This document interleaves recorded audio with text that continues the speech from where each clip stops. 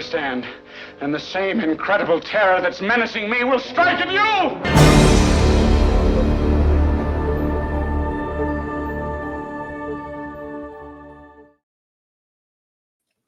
Hey guys, thanks for dropping by. You're probably all wondering what happened to my brown background.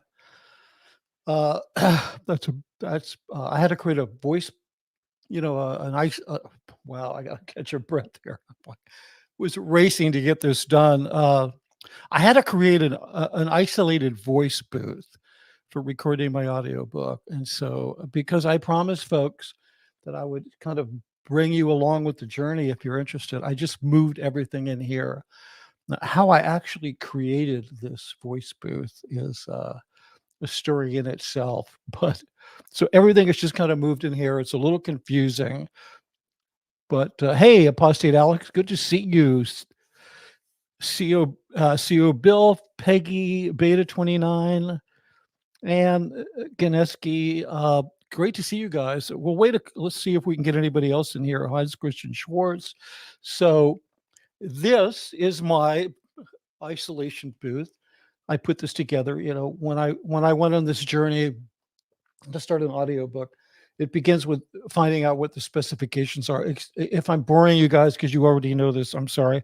So I went to ACX, which is the Amazon platform that handles all audiobook distribution, and I looked up all the what do you call them? The specs. They want a certain dB range, sound range. They want a certain sound quality. They want a certain level of quietness. So I had to start building something that would meet those specifications. I built this thing. I basically feel like I'm a kid. When we used to make forts, we used to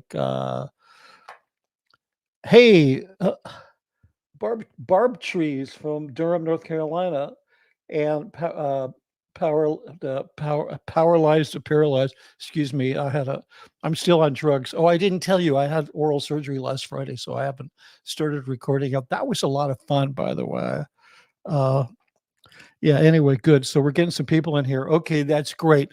So remember when we were kids and we used to, take blankets and sheets and make a fort? Maybe that was just a boy thing. I don't know. But this is kind of what I feel like because I'm surrounded by sound blankets and I'm actually inside of it,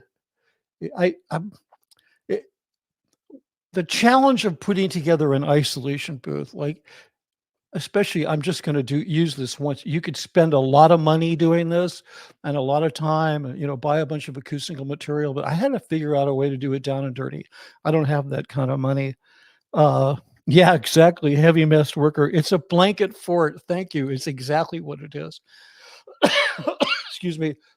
So I started thinking, what resources do I have to build this thing? And I remembered when my younger kid was living with me after he graduated from high school, I had bought this. He wanted more space in his room. So I bought this adult platform bed, queen size, made out of aluminum, very high tech, very cool. And I remembered on the website that I bought it off of, they had it set up and they had a musician at a workstation underneath the mattress, underneath the bed. And I remembered I had this thing in storage. So I went and got it. I put it back together. I clamped, a bunch of sound blankets to it, put an old, a temporary desk I had that stuck that in there. And here, let me show you. I shot a little video just to orient you guys. It's kind of funny, but yeah, so here it is. And that you can see that's the platform bed there. Hey, Miss Amber Sunshine, nice to see you. So that's the platform bed. That, by the way, is an antique Serape from the 50s. It's probably worth a lot of money now. I bought it years ago at the Pasadena flea market and at the Rose Bowl flea market, very famous flea market we have here in Los Angeles. And so yeah, but here we go. You get the idea. Like that's where I am right now. So check it out. Here's the big reveal. And here we go. And there you go. There it is. There's the isolation booth. There's me crawling my fat ass into the chair. And so that's the kind of deal. Anyway, that'll give you an idea. That's where I'm sitting right now. I'm sitting in the isolation booth because I had to move some of my gear in here. I thought, you know what I'm going to do? I'm just going to move everything in here and start streaming. It's allows me to plug straight into internet and instead of on Wi-Fi. Not that that makes a difference on Wi-Fi 6. You shouldn't be concerned about that. Uh, but you know, you never know. It's always better to be plugged straight in. And so here I am. I thought I would just stream from here, and that's pretty much the deal. So then the next thing I did was I tested out some microphones. I settled on my son, who's a musician, has a pretty good vocal mic. It's a Rode NV1, not this one. This is just for podcasting. This is a dynamic mic. They're not as good for recording. They're great for podcasting, YouTube, but they're not. Condenser mics are preferable. They're much more sensitive, so you get a lot more subtlety, but they also pick up more environmental sounds. So you need to really have a really dead space. I tested some mics. I tested that one. I did some test recordings. I sent them off to my friend Jeff Levin. I'm sure a lot of you guys are familiar with Jeff. He's really an expert at recording. He checked out the tests. He played with them a little bit and gave me a thumbs up. He said, this is just perfect. That it meets or exceeds all the specs. And then I had to go under and get some oral surgery. So I haven't started recording yet. And that's pretty much the news of the week. Let's see what else. Oh, one of the interesting things I should tell you, one of the other things you need to do if you're going to record an audiobook, yeah, okay. Hans Christian Schwartz says, yeah, the sound, it should be pretty good. I'm not fully in here, but it's definitely, I'm in a deader space. So, and it's a very un-YouTube environment for streaming because I don't have a bookshelf. I don't have neon lights. I don't have any of the typical stuff. I mean, and I was, frankly, I was getting kind of bored with the brown background. I think it really ran its course. So I'm sort of in this bunker. It's so strange. I can't tell you. It's just weird, but I'm digging it. So yeah. Yeah, Scott, AKLC build vitamin D. Yeah, I won't forget. I take vitamin D every day because you're right. If you're going to live in a bunker, you definitely need vitamin D. That's very good advice. So the next thing you have to do, and I think you're going to find my end of this interesting, is you need to find a chair that you can sit in for hours a day that's comfortable and won't squeak if you shift around, because you don't want to be thinking, I can't move. If you need to move, you need to move, but you want to have a really squeak-free chair. You don't want a rolling chair. You don't want, anything that has, you want a really tight chair. So I started going through all of the chairs in my house, and then one that was actually in that room, I'm going to see if I can find this for you. Let me see if I can. No, that's not. I get it. I see what I did there. Okay, hold on one second. So I found this chair, and it happened to have been a gift. You're going to enjoy this. It happened to have been a gift. I got to do something real quick. Meanwhile, let me just see if I can multitask here. Okay, and then I got to do this one here. Okay. The reaction on the book has been really good. Sales could be better, especially because I got to pay my rent next month. But that's not what this is all about. But I've really gotten some fantastic. Okay, you have my attention again. Okay, I've gotten some fantastic feedback. I'm really thrilled about. So I see my framing is a little funky in here. I'm a little too big. There you go. That's a little better. So hey, let me show you something here. This is kind of crazy. I think you're going to enjoy this.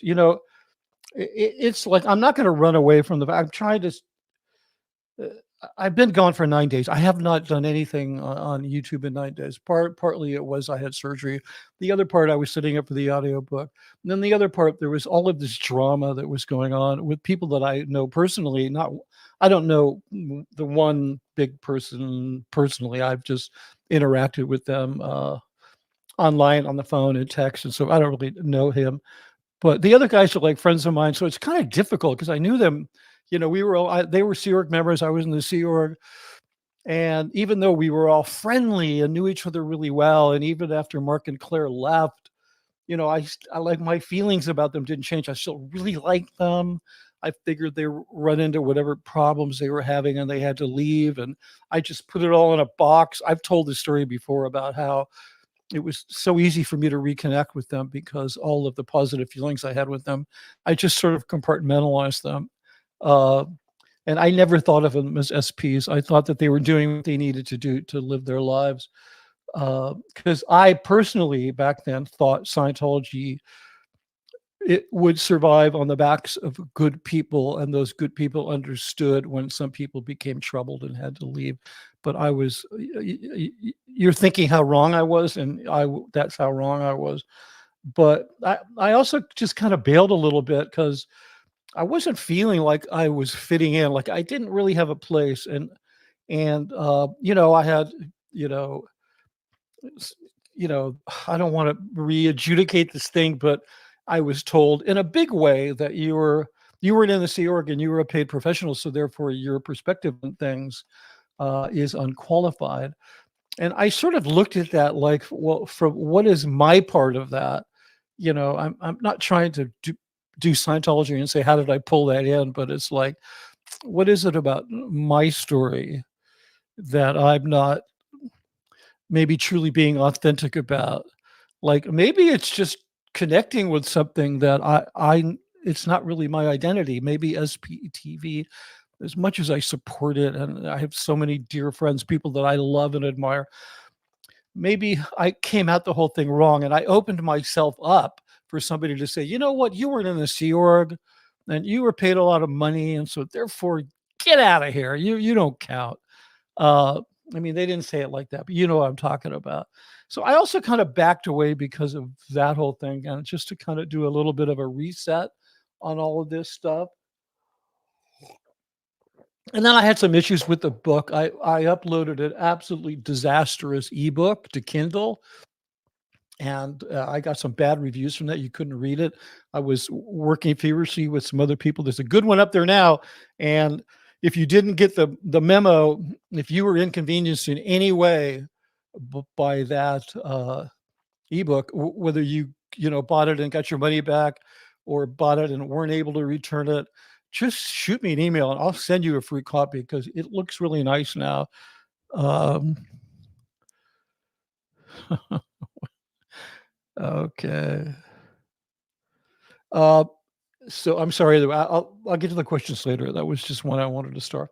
So yeah, I've been just kind of rethinking this whole thing. It's like it's I don't know. And I don't want people to think that I'm somehow uh, choosing any kind of sides, or I'm with SBTV or not with SBTV. I love SBTV. It is the most amazing phenomena from a personal viewpoint, but also as a student of media and technology. Uh, if you've ever read a book by an author by the name of Clay Shirky, he's a new media professor, wrote a book called "Here Comes Everybody: The Power of Organizing Without Organizations." I personally don't think you'll ever understand the internet until you read this book. Just as a subject of studying sociology, the SPTV is an amazing thing, and I'm privileged that people associate with me with it. But I don't really feel that I fit in, and that's kind of on me, not on it. And it's not that I'm not trying to do what I feel responsible for in terms of telling my story, so that I can help halt the forward progress of Scientology and just help to wipe those kinds of abuses off the face of the earth, whether it's an abuse of two people or an abuse of 200,000. I don't really care, or in Scientology's case, three. But I don't know, what am I trying to say here? I think because like when I worked I worked for the church for almost 30 years, and mostly with Sea Org members who I worked with really closely. I never fit in with them. I was the guy who wasn't in uniform. I was the guy who Uh, I was brought in to do a job that they were supposed to do but didn't do, and I wasn't gonna poke my finger at anybody for that. I was gonna happily take the check and show them work with them because they were eager to do the work, but I didn't fit in. I was friends with Mark and Clara and Mike Rinder and Amy and all these I knew all these people, some very well, some not so well, but I didn't really fit in because I didn't we didn't hang out. We didn't go to movies on weekends. And when they did their whenever they rarely got time off and did their things, I didn't go with them, so I didn't really fit in with them. And it's now that I'm out and they're out and we're all together, I still don't feel like I kind of fit in. So I'm really trying to do what I can do to support that movement in every possible way while adding to it, while sort of maintaining my identity for what I am and who I am. Uh, and like that. Sorry, I'm still not good at this stuff. I don't multitask. To me, multitasking is doing two things not as well as you could do one thing, but sometimes we're sort of forced to do it. So I wanted to just get that thing out there about the SBTV thing because I really wanted to, I really wanted to just ditch the whole thing because I had such a bad experience with it because, I was criticized literally. What's the word? Marginalized for not being in the Sea Org and not being on staff or in the Sea Org on staff being paid well more than most people get paid for doing anything. Uh, so I didn't have a really great experience with it. And I was sort of like struggling to say, no, hey, hold on, this is who I am, blah, blah, blah. And I really just got on here to promote a book because, it's a good platform for book marketing. It's not as good as TikTok because that's the big one. I haven't figured out how to crack that book talk. I don't know if you've heard about that, but the company that owns TikTok, the Chinese company, they're now a publishing company because so many people are selling books on TikTok. And not the kind of book that I wrote. They're selling like romance novels and adventure stuff, and Um, so what else? I forgot to make notes. The other reason I didn't go on, if anybody has read my book or listened to my story about getting into Scientology, when you leave, the question comes up how you got into Scientology. So I knew if I was going to begin, if I was going to write a book, I was going to have to write about how I got into Scientology. And for me, the my life getting into Scientology was chaotic. A lot of people's lives became chaotic after they got into Scientology. Uh, so I wrote about it extensively in my book. I did 3 chapters devoted to my life before Scientology. Uh, and I had to write about the death of my girlfriend, and that was difficult. That's a difficult thing to talk about, even though I had been so away from it for so many decades, and I really thought I was over it. But you sort of revisit it. Um, so let me see. Hold on. I got to get one more thing here. I got to do. Bear with me, folks. Okay, so and then when you're not going to speak out on YouTube without somebody saying, "How did you get into Scientology?" I mean, some people, their channel is the name of their channel is either how they got in or they got out. The name of their channel is like growing up in Scientology, which is like saying how you got into Scientology, or it's blown for good, which is saying how you got out of Scientology. So your story is going to have something to do with how you got in, whether you're pushing how you got in or how you got out. So for me, it was, and I've said it, you guys have heard me say it a million times. I was a 23-year-old film school dropout who somehow managed to get addicted to heroin, which wasn't that hard in those days. By the way, that was, I call it the forgotten opioid crisis. I mean, those weren't opioids, heroin's not synthetic, but still, it was big. It was almost as big as the current opioid crisis. So I wrote about that because it was this chaos, the death of my girlfriend, the the being addicted, that sort of, I talked about all along the way to wherever you are at any moment, you've made a lot of decisions and taken a lot of steps. That path narrows and narrows and narrows the older you get. But when I landed at the door of the doorstep of Scientology, I looked back and I reviewed sort of like you have all these choices along the way, but somehow I ended up where the only choice could be to do something. The next step was to do Scientology. So here's my book. Okay, those of you who haven't seen it, I think it was the 17th. What day was that? Sunday. Today's the 19th. Yeah, so that was Sunday. Was the anniversary of my girlfriend dying. Right? It's weird to say my girlfriend because I was a kid. I'm not a kid anymore. I'm an old man. I was married. I have 2 grown men, children. We always call them children, but she was at that time when I got into Scientology, she was my partner and we lived together and I was deeply in love with her. And I wanted to read you. I don't do book readings, but I'm just going to read you a very short passage about her because I kind of wanted to do something to commemorate this person's existence on Earth. This is probably not a good idea, but I'm going to do it anyway. So if you don't mind, I'm going to read this because we just passed the anniversary of her death, and I was going to go on that day, but I didn't. And so this is from the beginning of my book. It's from the a piece about my life leading into Scientology. I'm sorry. This is not a funny subject, but you guys are a funny bunch. Okay, so here we go. This would be good practice for my audiobook. Her name was Beverly. She grew up in Canoga Park, a wrong side of the track section of San Fernando Valley. Occasionally, her mother sent her to live with relatives in Las Vegas to escape her physically abusive alcoholic father. With her connections to the LA rock music scene, I'm not good at page turns. I'm going to do that sentence again.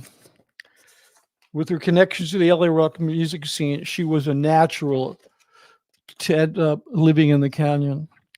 Her close friend and fellow San Fernando Valley native, Pamela Miller, was a member of the GTOs, Girls Together Outrageously, an experimental music group produced by Frank Zappa.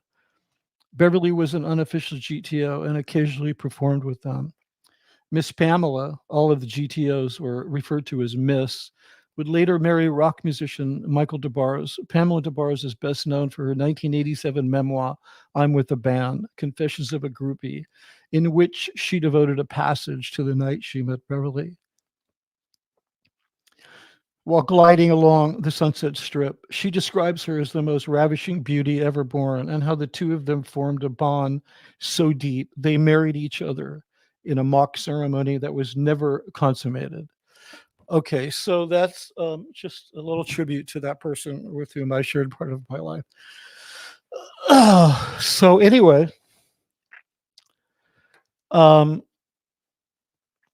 so let me see. Oh, beyond that, I want to thank you very much for letting me share that with you.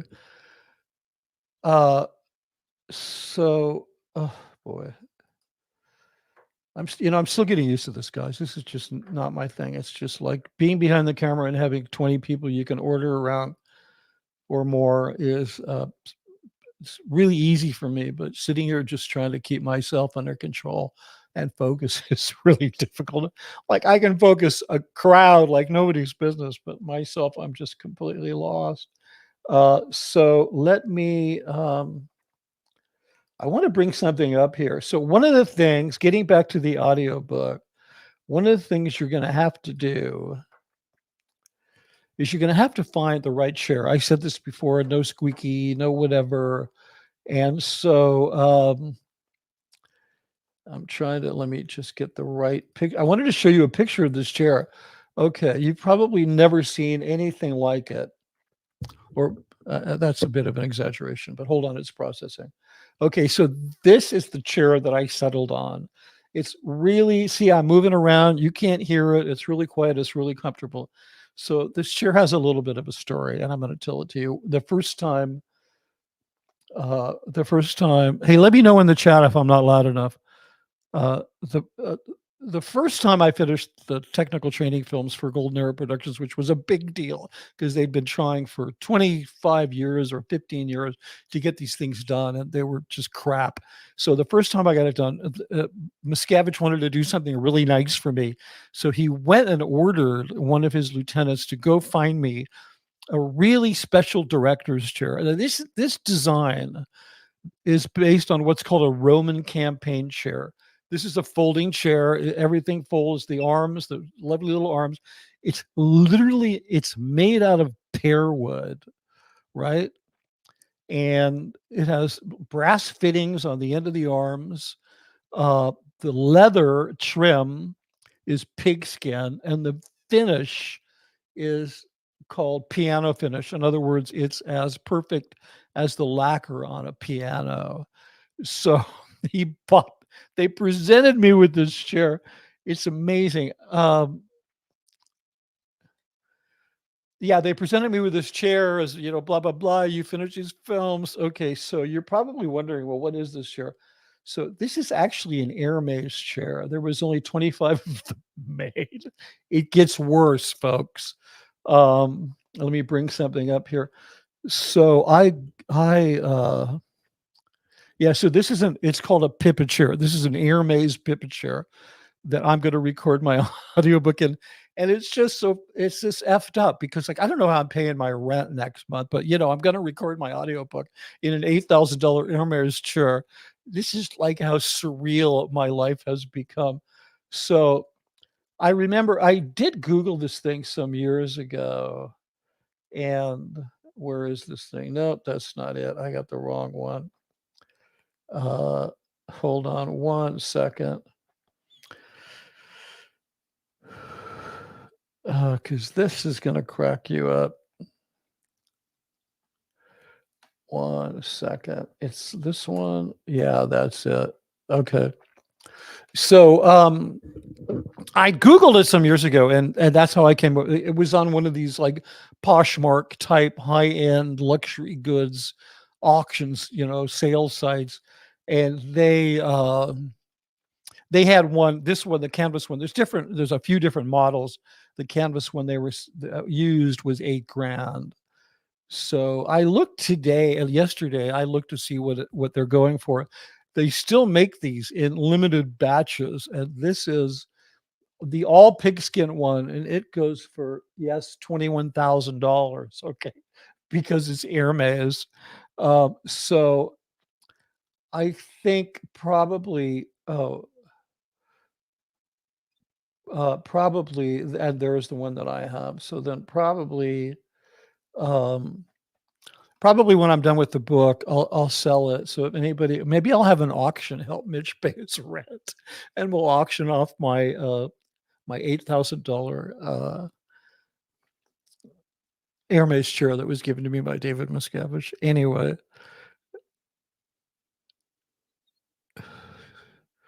okay, good. I just happened to notice this. I'm going to bring this up. Heavy Mess Worker said, Mitch is doing an AA run, getting embarrassed about being emotional. It's fine and normal outside Scientology to do that. Whoa! I don't know that I want to be grouped that way. But if that's your observation, you're probably right about that. But I don't know that that's not being embarrassed about being emotional. I think that's part of I think that's kind of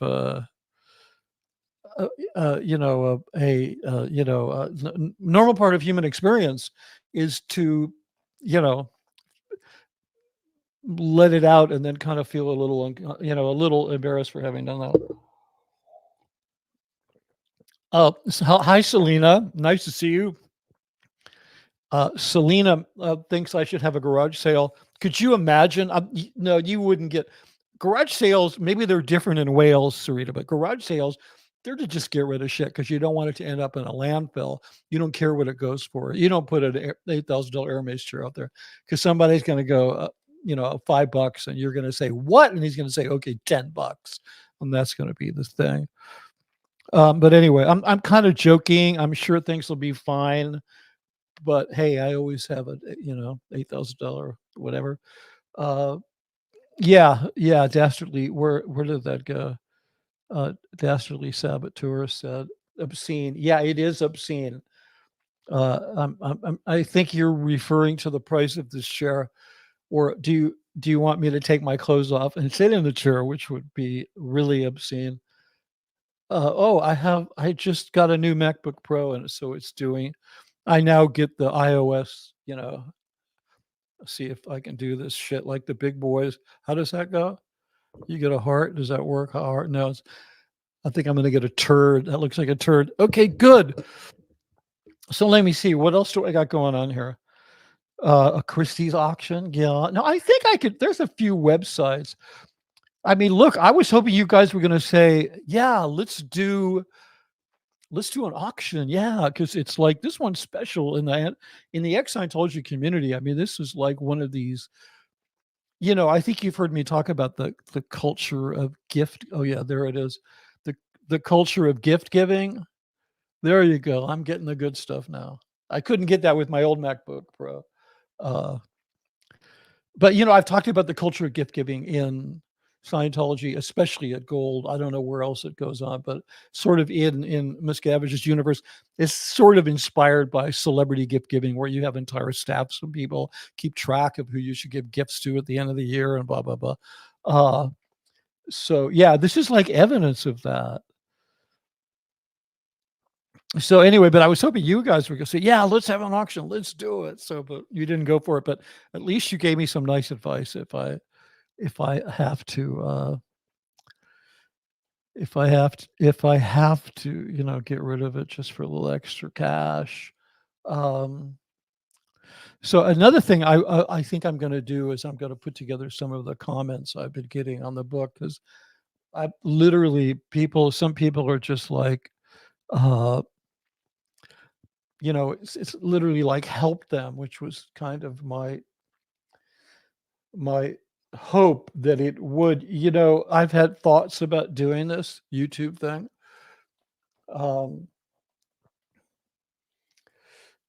I never talked about being a survivor of drug addiction. I never openly did, and it was not something I was ever ashamed of or was unwilling to talk about. I just didn't think it was relevant. I thought, well, I'm done with that.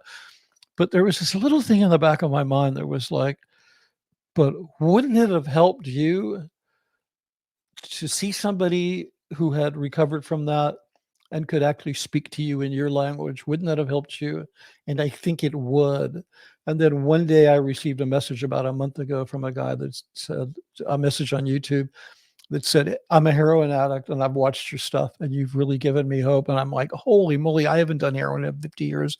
But now, because I'm really willing to speak about surviving, somebody's out there watching it. And so now I have to do this, because once you get that one message from that one person, so anyway, but then, so talking about it on YouTube has been very gratifying for me. But another thing that I wanted to share was a realization I had. That thing's so annoying. I'm going to turn that off. A realization that I had about what I think may be the worst thing that Scientology does. And it's very strange, because it happened in the weirdest way. I was watching this a limited series on Hulu called, and I do want to make some movie recommendations towards the end of this, so please watch, because I managed to maintain some of my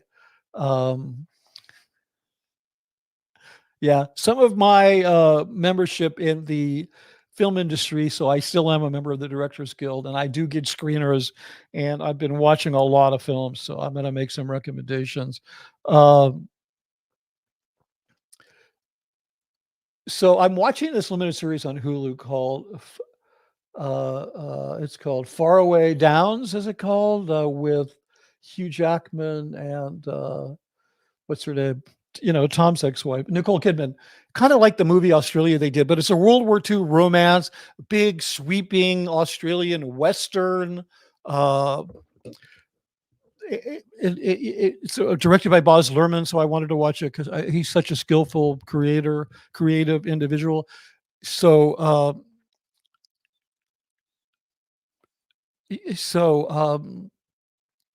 I keep being distracted. I got to stop doing that by your comments, which are greatly appreciated. Uh, I'm just noticing my background, Nilly. I'm sorry, I'm being a little ADHD-ish, but I'm noticing. I think I like this. It's so on YouTube.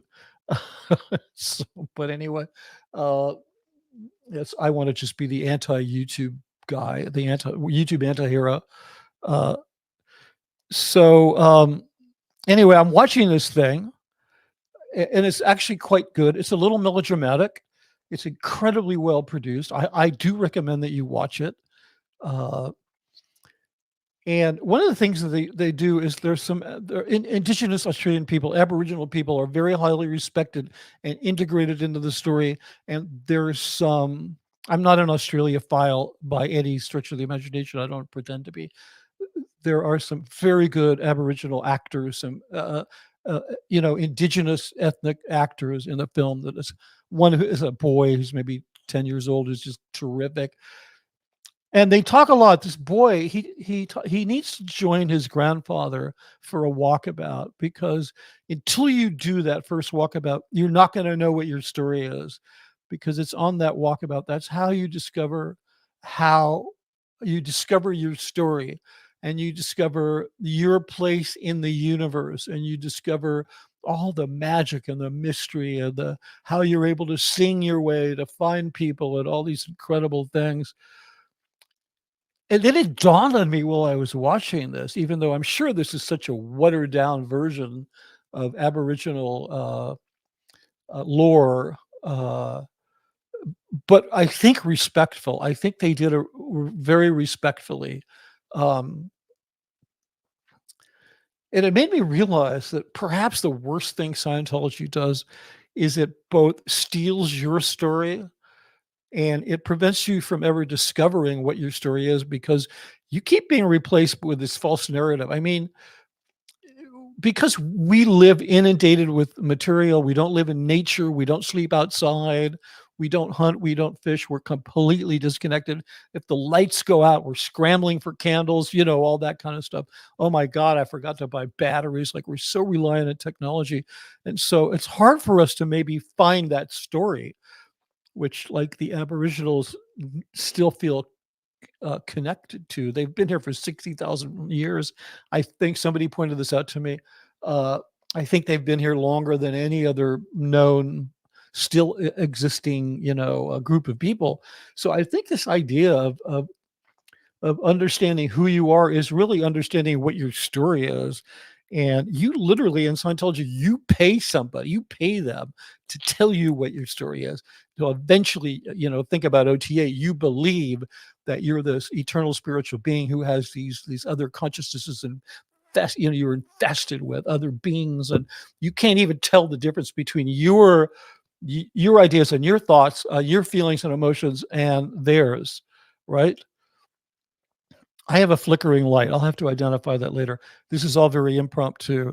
Um, so anyway, then I started thinking, that was when I started to write a book. It was like people would say, "Did you do this for therapeutic reasons?" And I didn't. I just did it because I needed to focus on something, because I was literally like suicidal. But if I could focus on something, so I focused on what I knew about, which was my personal experience. And then I realized that brick by brick by brick, I was rebuilding my story. Like, I was literally putting it back together. And by the time I was done, I was like, "Oh," and here I am. And that's, I'm not gonna spoiler alert the ending, but it's kind of really interesting. Um, so anyway, that's the deal with that. I don't know. I've been meaning, I've been sort of building up a backlog, and that's one of the things that I wanted to mention to anybody who'd listen. And so if you stuck around, then I guess you wanted to hear that. Okay, so let me see what else. Uh, yeah. Okay. So, yeah, hold on one second. I just occasionally I'm going to put up. Leslie Bishop says, "I've loved stories like that." I assume that you're talking about Faraway Downs. Yeah, I would watch it then because it's plus. I mean, who doesn't want to watch Hugh Jackman and Nicole Kidman? I mean, it's like she's 5'11" or 6 foot. I've stood next to her, and it's let me tell you, it's like she's a commanding beauty. That was fortunately only briefly when I met her and Tom introduced me to her in a parking lot when he was living up there. Uh, and she's great with Hugh Jackman because he's like 6'2" or 6'3" or something. So they kind of because she's as tall as or taller than most of the actors she works with or has been married to. But nonetheless, it's a great show. I highly recommend it. I that I like just gorged on the whole thing. I think there's only 6 episodes. I watched it in 2 days. It's pretty amazing. The other thing on Hulu that I want to recommend, I've recommended is Tiny Beautiful Things, uh, which is based on Cheryl Strayed's Dear Sugar. Uh, and it's amazing. It is like mind-blowingly good. Unless of course you you kind of don't have a heart or you're just like a heartless, thoughtless, uncaring, unfeeling person, you probably won't like it. Okay, other recommendations. I saw one of the most amazing films I've ever seen. I would consider this a I can't think of the word. I had it earlier and I just forgot it. Uh da, da, da, da, da. Okay, look, just while I'm trying to think of it, V laugh. No, this was the inappropriate heifer. Oh, boo hoo! I don't have Hulu. Ha ha! That rhymed. Yeah. Hey, listen. I don't know what part of the world you're in, but it could be on some other platform. You just Google it and see if you can find it somewhere, uh, or maybe you can buy it on iTunes. It's worth it. It's such a good show. Cheryl Strayed is kind of a really important author to me. I actually included her in the dedications in my book because her form of autobiographical writing I found very inspirational. She wrote the book Wild, which Reese Witherspoon made into a movie, which was critically acclaimed, won at least one Oscar. I don't remember how many, but it was nominated for Best Picture, and it's an amazing story. And Cheryl Strayed, when she was 24, she lost her mother. She ended up with addicted to heroin for about a year and with some real promiscuity problems. And then she ended up in the high Sierras. And I'm like, wait a minute, I've done all three of those things. I lost somebody close. I just couldn't get enough sex at a certain point in my life. And I spent 11 days. She spent 3 months and 1,100 miles. I spent 11 days, but for the same reason, to get lost in a forest so that you could try to find your way out and then find yourself along the way. And so, my experience was a very scaled down version of hers, but I had been to many of the places she did, and I really related to these experiences. And since then, I've read everything she's ever written and watched. I watched Tiny Beautiful Things, and I watched Wild a couple of times. It was my favorite movie that year. So yeah, she's a big deal to me. Maybe, yeah, I keep getting distracted. I should stop looking at these things. I'll just star them, and we'll share them later. Okay, so getting back to, I saw this amazing film. I would say it's fundamental. So every once in a while, film is, you can look at it in different ways. You can look at a film as a conversation between a filmmaker and the audience. You can also look at, because films influence one another, you can look at films as conversations between filmmakers, and because films influence, the films are subject to cultural influence. Like a perfect example would be the spaghetti westerns that are based on samurai films. So you could also consider film in general to be a dialogue between cultures who influence one another's films. Every once in a while, like The Godfather didn't change filmmaking forever. It set a very high standard. It changed the gangster film forever. So in that sense, it did something. All of a sudden, you could be a gangster and you could be a sympathetic hero. Every once in a while, a film comes along and it's just like you can't believe that that film has never been made before. And I'm talking to you about a film called Zone of Interest. I don't know if you've heard of it. I hadn't. It just showed up on my screener list. And I'm like, oh, and it was directed by Jonathan Glazer, who I was kind of shocked because the film's in German, and Jonathan Glazer directed my all-time favorite British crime film called Sexy Beast. I think it's from 2002. Um, uh, which is an incredible film. If you've never seen Sexy Beast, it's like I said, it's a crime film. But Zone of Interest is this unbelievable. Like I couldn't. I had to adjust all of my senses and all of my thinking and my time, my sense of the passage of time. I had to sort of recontextualize my experience to really get it. And it's basically it focuses on the commandant of Auschwitz during the Holocaust. And of course, when else would that have been? And the wall that we've seen in so many films and so many pictures, this giant concrete wall that surrounded Auschwitz literally abuts up to the backyard of his beautiful house with its, you know, uh, gardens. And it's about he and his family just trying to have this normal life, building this normal life while being oblivious to the horror that's going on the other side of the wall. And the amazing thing about it is they never penetrate that wall. They never go on the other side of it. You are kept out of all of that horror just in the same way that they are. But and the film is in German. It's not a dialogue heavy film, so you're not going to get tired reading it. But if you see one film this season, you should see Zone of Interest. So yeah, that was good. What let me see. What I finally watched Barbie.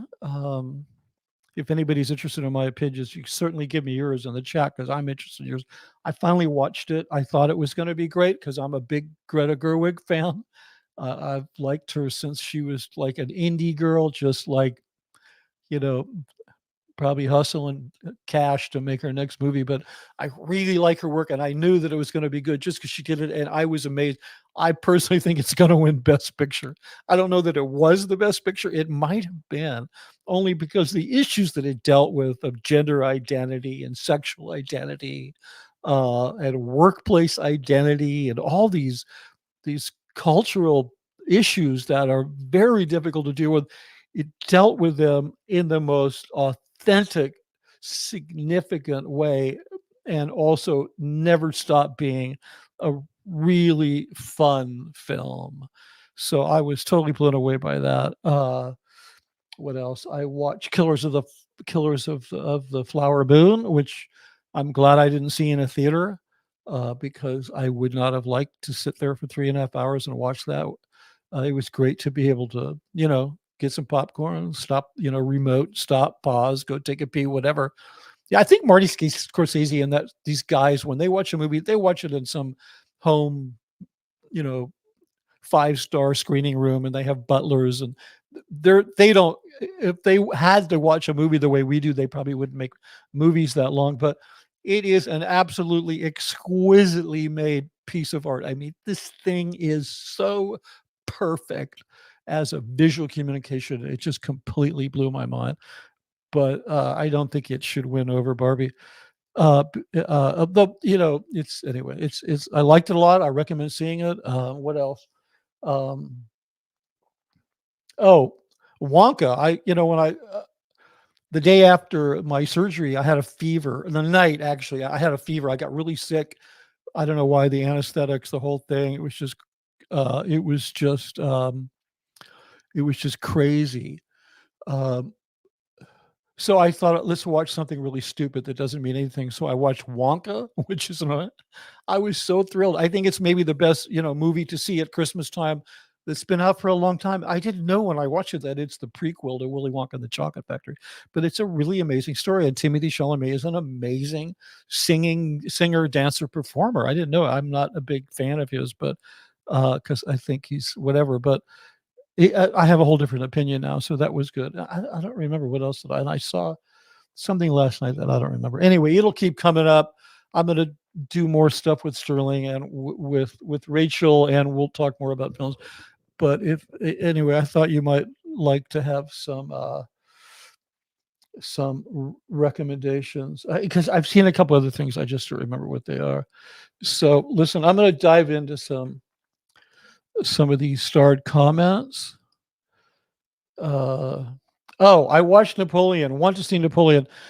Yeah, okay.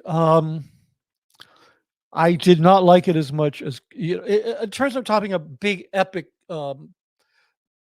historical films. I didn't like Napoleon as much as Killers of the Flower Moon. Uh, but generally speaking, I don't like Ridley Scott as much as Scorsese. It's worth seeing because again, it's so spectacularly produced. Why wouldn't you want to see something that beautiful for 3.5 hours or something? Why wouldn't you want to sit there and take it all in? Um, but it's a very tedious film. It felt like the same scene would happen again, which is okay in a film as long as the next time it happens, the stakes are raised, the tension is raised. You feel more immediacy to conclude the story, so it just didn't build at all. It just kind of flopped each sequence, major sequence after the next. And I did feel like a lot of sequences were sort of repetitive in terms of emotionally what they were exposing about the film. So I think it's worth watching. I wouldn't say don't watch it. Uh, yeah, I know, I know. Seriously, I'm gonna say this snide. Hey, Peggy P, seriously, Barbie? Yeah, I know. That's exactly what I said when I watched it. I was like, "Oh my god, that film is so good." It's yeah, I get it. It's Barbie, and there were some real flaws in it. I mean, which could probably kill its best picture thing. The role of the little girl I thought was mishandled. I thought she was way too much like a spectator too much of the time, and I thought the way she got involved was a little what's the word manipulated. So that was the one thing that bothered me. And I thought Ryan Gosling, I thought that was he should get the Presidential Medal of Bravery. I mean, that was really, I think, very brave what he did uh, to kind of play Ken the way he. Our culture has so much invested in the way we program little girls to be women and the way we program people in terms of their sexual identity and their roles in work and the da da da da da. And I thought that film, uh, dissected all of that brilliantly. It just used the color pink and the universe of Barbie just as a vehicle for exploring all these things. And it threw in, and it disguised itself as a musical, which we're living in stressful times. We have a war in Ukraine. Nobody even cares to talk about it anymore. We have a genocide going on that America is supporting in Israel. The economy's not great. Nobody's really survived, got out of COVID with their mental health. They just kind of think they did. And these are times when we need to see movies like that. Like it used to be in the old days, it was just Fred Astaire and Ginger Rogers, and it was just nothing but cotton candy. But at least this one, it gives you all of that kind of stuff, but it's also really intellectually stimulating, and really has a statement to say about what our society is. I was really, to me, it was really amazing. But I do get you, Peggy P. Like, I wondered if when I said that, I don't know, it just kind of feels good sometimes, I think, to go against the grain. What are we doing? We're doing stars here. Okay, so Miss Amber Sunshine has a question. Mitch, are you going to have a coffee table book with with artwork from your book. It's amazing that you would ask. Oh, let me put it up there. There. Whoops. We'll get to that one. Oh, you know what? I'm so sorry because you know what I did? I unstarted it. Okay, this just shows my noobness. We'll get up to this next one. So yeah, am I going to have a picture book? I've been thinking about that. If I could get somebody's actually trying to help me get a mainstream publisher because they think the book is that good. And if I could do that, the deal that I would say is I want a really good illustrator to do illustrations because I think it would be wonderful. There's a lot of nice art in the book, but it's just on chapter headings and so forth. I'm so sorry I wiped that out. So Selena has a question. Mitch has a live lined up with Sterling. Oh, yeah. Yeah, I have a live lined up later with Sterling. I don't know if Rachel can make it. She's working. She is constantly working. Uh Jazzy J says, everyone has a voice, Mitch. I know. I do not think that was the message. I think more that your perspective may have been skewed a bit and still could be something to develop. Challenges can be fun. Yeah. Okay. Well, that I appreciate. Here, I'll put that back up. I appreciate that, but it's kind of like we could talk about forever what somebody might have meant when they said something, and that's good. But I would just prefer not to do that. I mean, but I think what you're saying is valid, and I appreciate you saying that everybody has a voice, and I appreciate that you're saying it may have been skewed a bit. So, and I'm the first one to admit that. I think I wrote about that pretty well in a book because it wasn't so much skewed as kind of siloed, but yeah, I think I'm trying to make a course correction because I think I set myself up for that comment, and that was on me. So I think we're in complete agreement, and I am so glad you are here because that is such a thoughtful comment. Uh, okay, this is Miss Amber Sunshine. I was never in Seaborg, but I have a hell of a story about coming in contact with the cult. Some pretty horrific stuff. CEO members are not the only ones to have PTSD. CEO members. CEO members. Okay, to have PTSD from cult and members. Oh yeah, absolutely. If that wasn't true, we wouldn't have hundreds of thousands of people uh, focused on the ex Scientology community. Here's one from Barb tries, but Mitch, the Sea Org is not SPTV. It's public, it's staff, it's all Scientologists. Yeah, no, you're absolutely right. Yeah, yeah.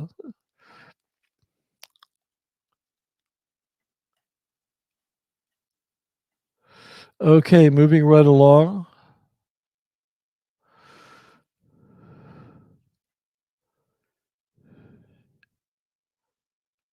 And I forget to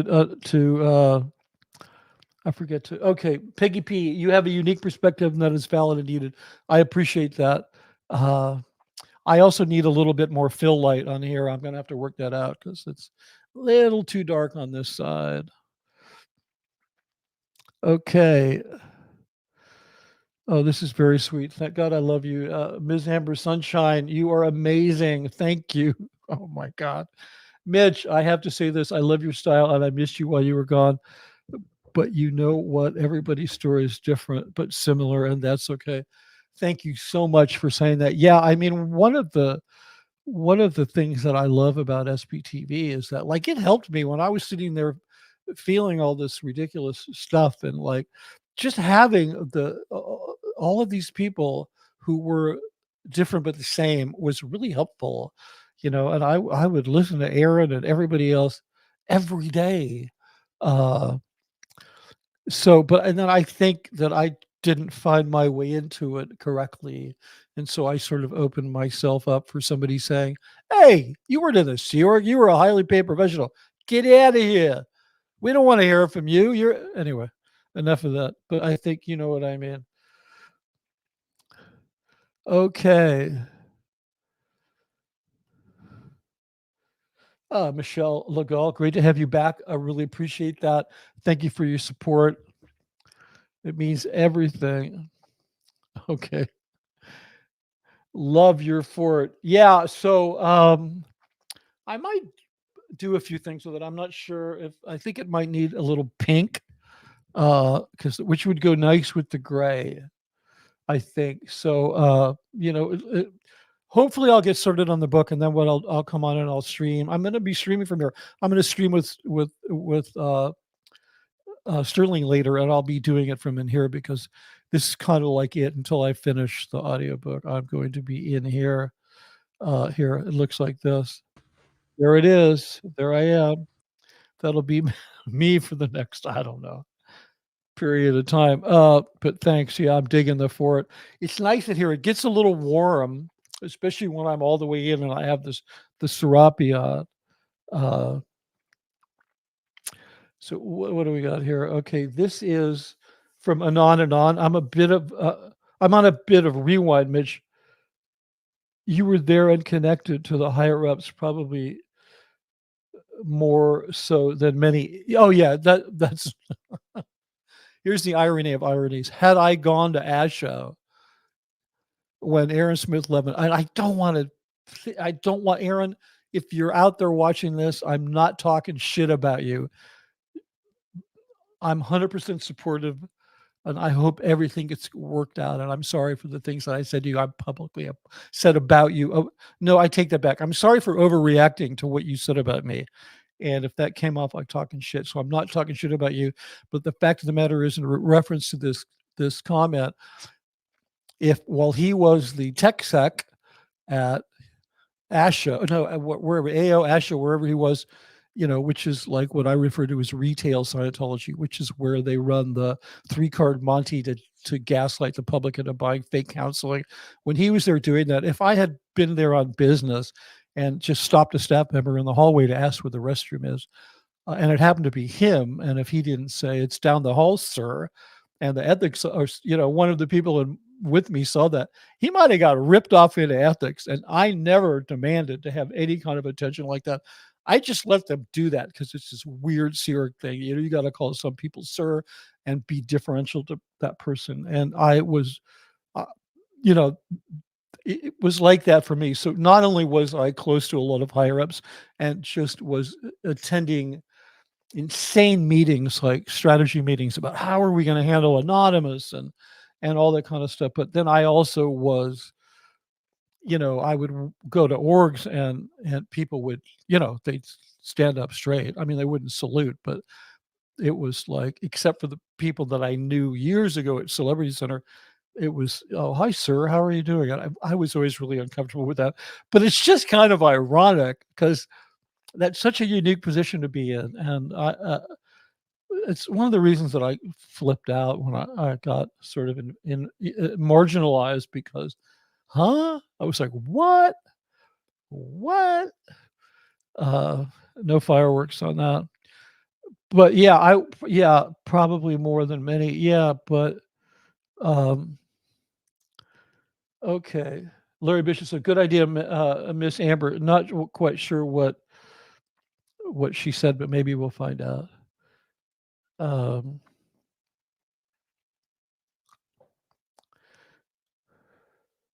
VT Kitten said, nice to see you, Mitch. Nice to see you too. Is that you? Is that your picture? Huh. Beautiful. Cute. Okay. Here's one from Scott, aka CEO Bill. Nicole Kidman, Elizabeth Kucinich, and Alex Bars Ross are the beautiful gingers of my numberless dreams. That's so sweet. I'm sure Alex, if you're still here, Alex, I would be amazed if you were, because I can usually never last that long. But that's a nice compliment. Okay, so let's see what we got here. Hey, Pete Jensen. Hey, Pete Jensen, thank you very much for the super chat. Hey, Mitch, loving the new backdrop. Good to see you. Hey, great. I thought, yeah, I almost didn't do this because I looked at it and I went, man, this is just like, is this some portent of me, living under a freeway off ramp in a tent made out of blankets. No, no, it's not going to happen. I have an $8,000 chair I can sell. But anyway, I really appreciate that. Heavy Mist Workers said Quentin Tarantino loved reference to other people's films.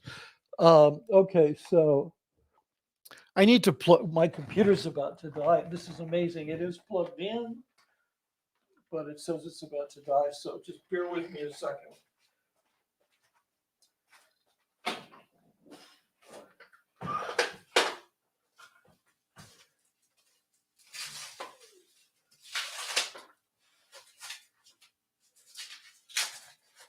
One second, folks.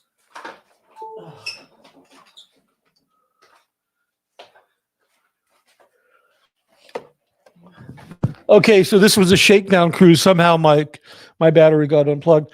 Yeah, Quentin Tarantino, he loved to reference other people's films.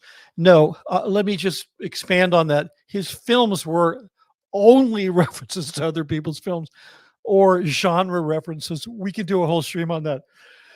That's nothing against Tarantino. I love what he did. When I was talking earlier about the conversation between, like, a film is a conversation between a director and an audience, and then it extends beyond that.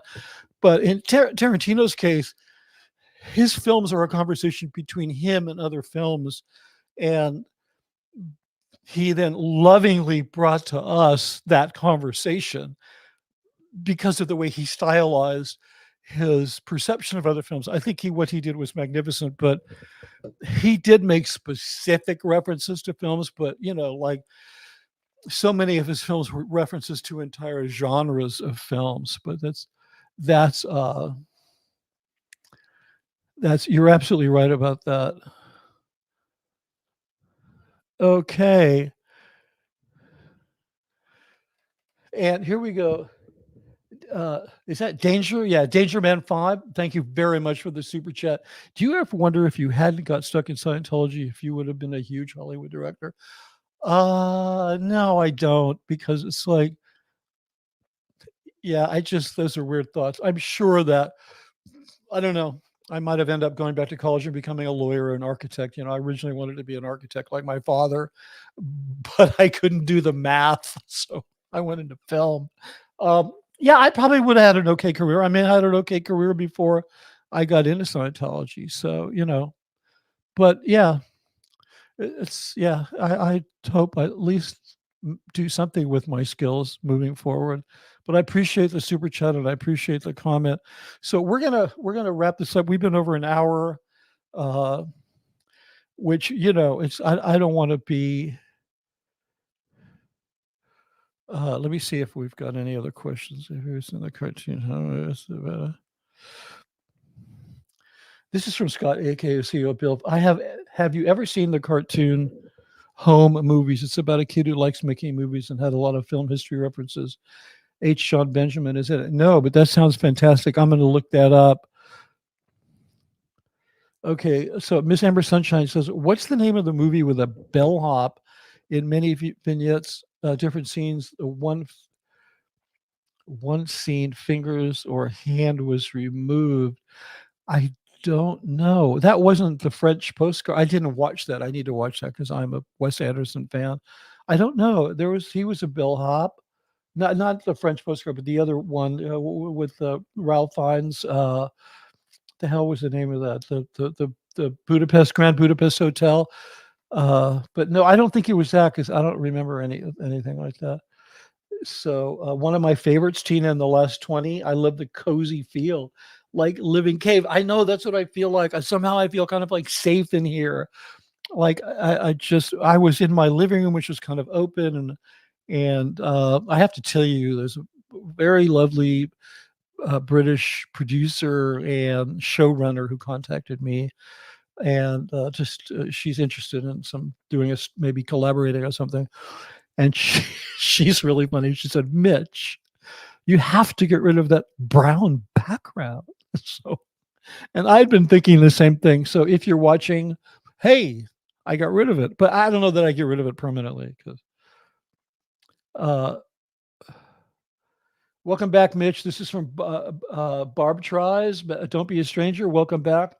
Your book is on the shelf, Getting Through Going Clear, and it's next after that. Okay, great. Thank you so much. And please don't forget to leave an honest review, which means if you don't like it, it's okay.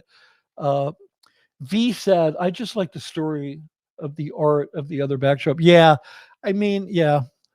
If Vipka Hansen by some miracle ever left the Sea Org and looked me up, I would definitely do a stream with her in front of the backdrop that she painted. Selena, I have not seen The Lobster, but I need to see it. It's on my list. Alex, hey Alex, you're still here. Uh, Alex, Apostate Alex says, I prefer the old backdrop. Yeah, I don't blame you. I mean, it's just like, it's really super clean. But here's what I'm going to do. When the audiobook is done and I sell the Airbase chair, and I'll probably sell the bunk bed because this damn thing cost me $3,000. So I think I can get $2,000 for it.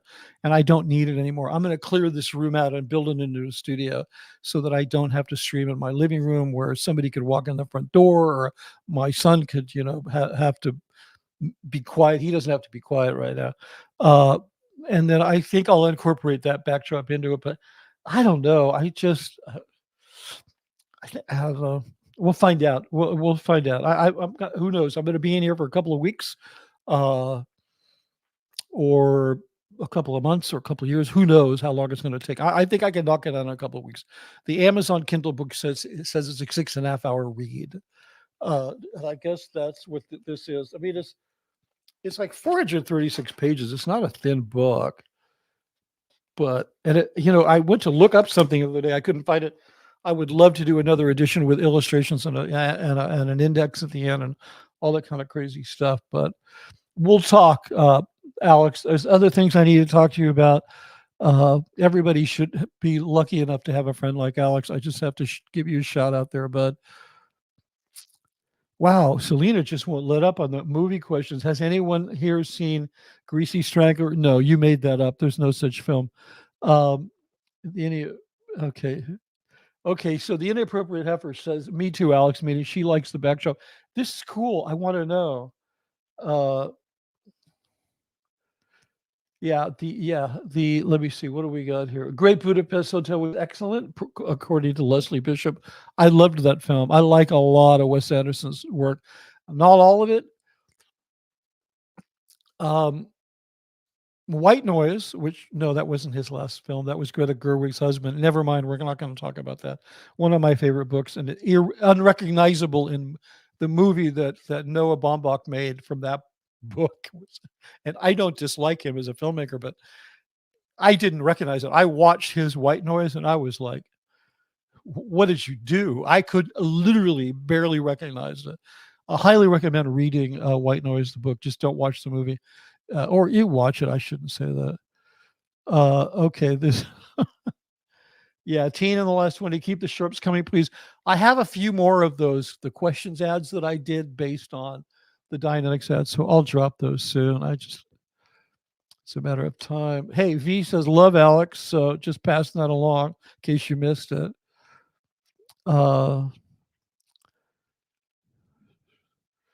Okay, Selena. There is a film called Greasy Strangler. Oh, I thought it was Stranger. Greasy Strangler. But it's weird and it's great. Okay, I'm going to check it out. Thanks. I didn't really doubt you. It was just fun to say you were making that shit up. What do we got here? Heavy Mess Worker says SBTV does have a lot of gingers. Liz Gale, Claire Headley, Alex Barnes Ross, Canadian Joe. This is true. I think Scientology has, well, we know that it's very white, right? Because it's just like, it is, because that's just what it is. And it's also apparently very ginger. And Apostate Alex says, at Blow Drill, cold and miserable as always. Well, I guess, are you talking about you, Alex, or telling Blow Drill that because he's in Colorado and I think it's getting cold there right now. What's with everyone using my real name today? I don't mind. Just wondering why. I don't know, Alex Barnes Ross. I wonder why that is. As we like your real name. It's actually rolls off the tongue.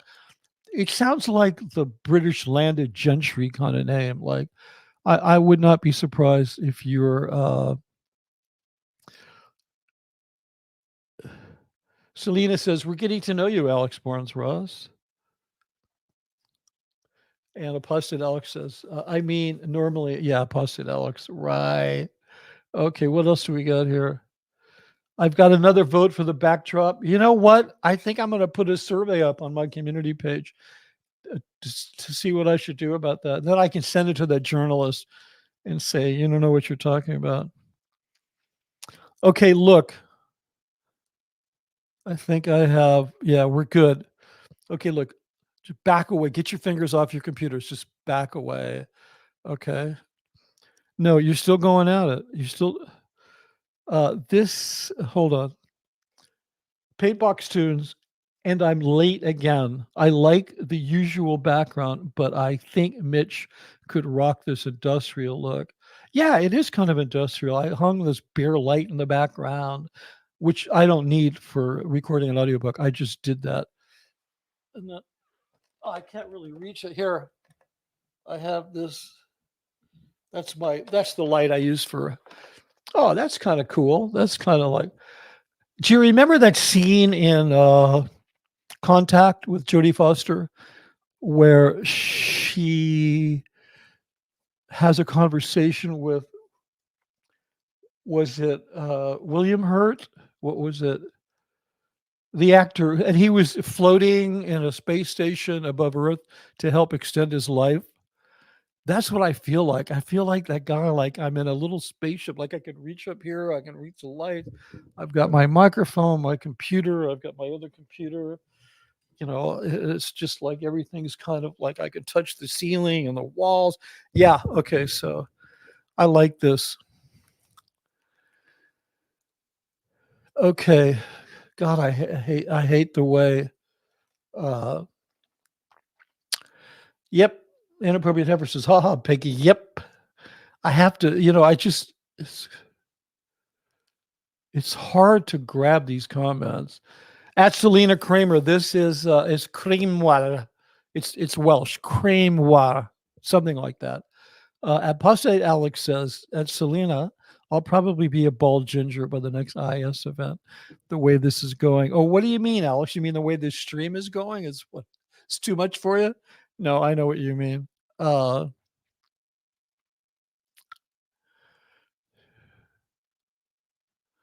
Okay, Blowdrill says your voice is valid and valued, Mitch. Thank you. You know that I share that with you know that the feeling is mutual. Okay, can you guys just step away? Come on, you just back away from your computers. Just take your hands off and just let me say something. So don't distract me with your comments. I know that there's going to be a lag here, but so it's great to be back. I'll try to do as much stuff as I can. I'm going to really try to get this audiobook done quickly because I know a lot of people want to hear it. And I appreciate you putting up with me for this last hour, and any kind of feedback you want to give me. This has been a very different stream for me. So any kind of feedback you want to give me, I would really, really, really appreciate knowing that. I will check the comments after we're done, and I'll answer any that I can. And with that,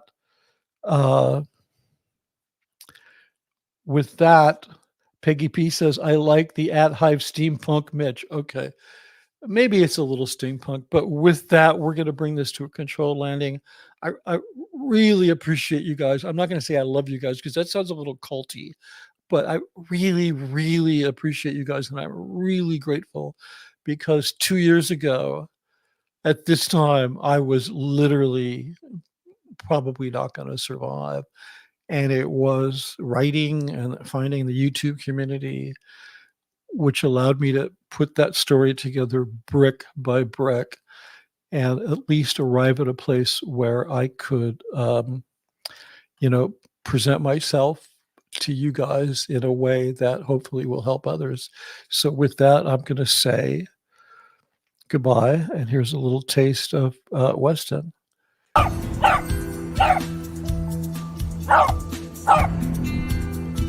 Oh!